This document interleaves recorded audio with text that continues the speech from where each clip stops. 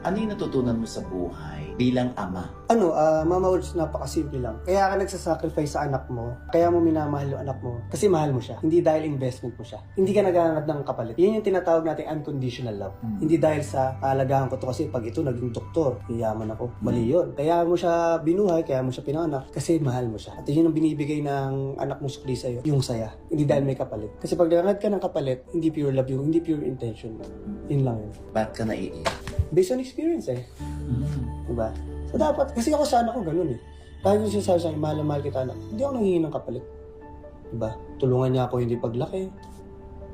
Yun, dapat ganun. Huwag mong sasabihin nga, kung di dahil sa akin, hindi ka papanganak. Hindi. Di naman sinabi ng bata na ikaw dapat tatay ko. Kung paano kung namili yun. Baka si Elon mas pinili nun, di ba? Yun, gets mo? Parang binuhay niyo ako, hindi naman sinabi ng bata na panganak niyo ako. So yun, dapat pagka naging tatay tayo, unconditional love talaga. Mahal natin yung mga anak natin dahil mahal natin sila. Hindi dahil